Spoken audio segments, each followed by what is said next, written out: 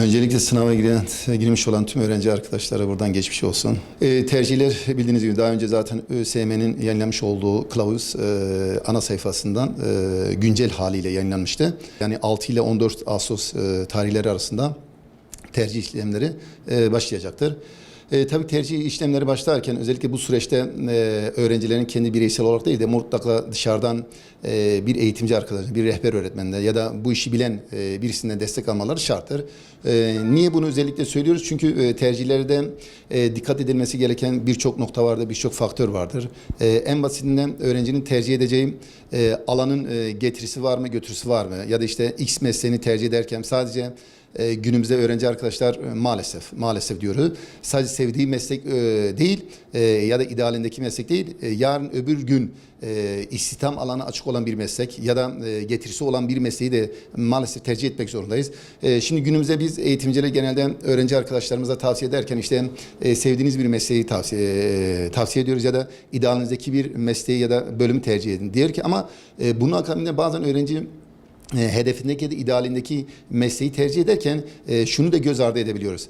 Gerçekten bu mesleği tercih ettiğimde yarın öbür gün bu sevdiğim ya da idealimdeki mesleğin bir bana getireceği bir avantaj var mıdır? Ya da istihdam alanı ya da önü açık bir alan mıdır? Bunu bu sefer sorgulamaya çalışıyoruz. Bunu sorguladığım zaman bu sefer öğrencinin üniversiteyi bitirdikten sonra boşta kalmaktansa ya da bir sene daha hazırlanıp idealimdeki bir mesleği seçmek daha sağlıklı olur diye düşünüyorum.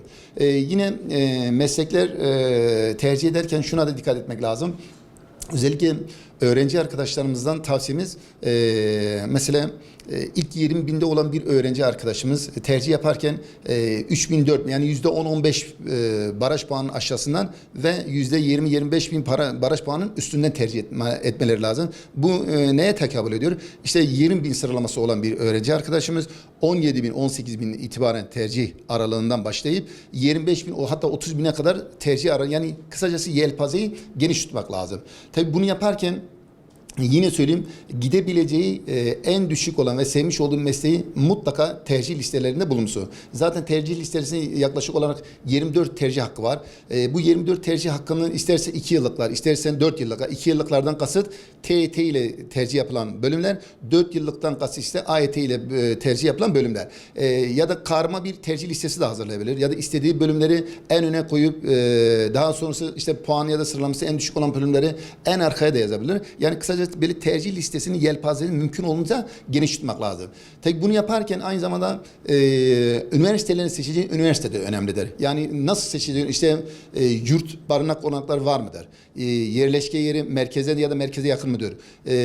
İşte efendime söyleyeyim ulaşım sorunu var mıdır? İşte üniversitenin bulunduğu konum, işte kredi yurtlar kurumuna işte ben başvurdum. Kredi yurtlar kurumu başvurduğunda kredi yurtlar kurumu ile üniversite arasındaki ulaşım sıkıntısı var mıdır yok mudur? Yani birçok faktörü de göz önünde bulundurmak lazım. İşte bunları göz önünde bulundurarak tercih yaptığınızda yarın öbür gün üniversiteyi kazandığında o öğrenci ya keşke ben bilmiyordum üniversite böyle olduğunu ya da işte ulaşım sorunu bunun böyle olduğunu bilmiyordum. Zaten öğrenci internete girdiğinde üniversitenin yerleşki ulaşım sorunu, KYT, yurt başvurularıyla ilgili işte yurdun bulunduğu konum birçok faktörü böyle göz önünde bulundurarak tercih yapmakta fayda var.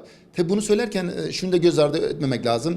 Özellikle ebeveynlerin öğrenci üzerindeki etkisine de dikkat çekmek lazım. Neden bunu söylüyoruz?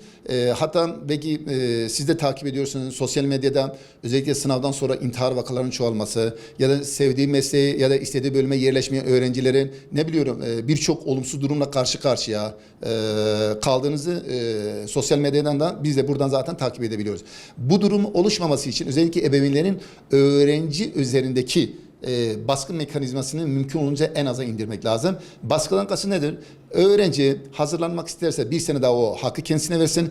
Yok hazırlanmak istemiyorum diyorsa en azından öğrencinin sevmiş olduğu ya da idealindeki mesleği tercih etmesi öğrenciye bırakma. Yani bir nebze olsun öğrenci özgürlüğünü bu konuda kısıtlamamak lazım.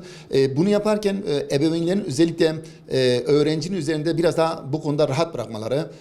Tabii ki rahat bırakır derken elbette istişare yapılmalıdır, fikir alışverişi yapılmalıdır, birbirlerine danışmalıdır. Artılarını eksilerini tartıp o şekilde tercihde bulunmak daha sağlıklıdır. Bu konuda özellikle tercih sürecinde ebeveynler öğrenciyi kendi idealinde ya da hedefindeki mesleği değil de öğrencinin idealinde ya da hedefindeki mesleği tercih etmesinde olanak sağlam. En basitinden belki bir öğrenci, kısa bir somut bir örnek vereyim.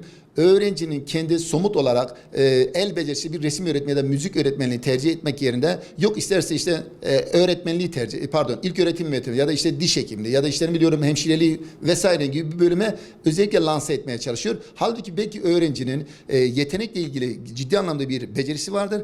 O beceriyle ilgili tercih öğrenciye bırakıp en azından öğrencinin sevmiş olduğu ya da idealindeki mesleği tercih etmekte fayda var diye düşünüyoruz. Biz de bazen bunu hata olarak yapıyoruz, yani ebeveynler olarak, belki de öğretmen meslektaşlarımda da aynı hata var.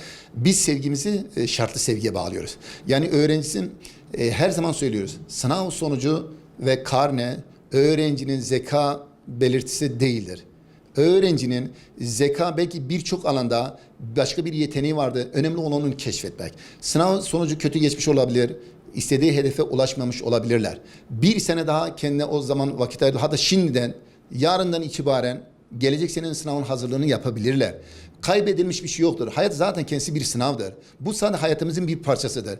Bir sene geç olsun ama istediği bölüme, hedefine gerçekleşmesi için kendisine ve ebeveynler o öğrenciye bir sene daha o hakkı versinler. O ortamı ebeveynler çocuklarına sağlasınlar. Emin ol, gelecek sene iyi ki de bu bölümü ya da bu sene tercih etmem diye kendi kendine o soruyu sorarlar.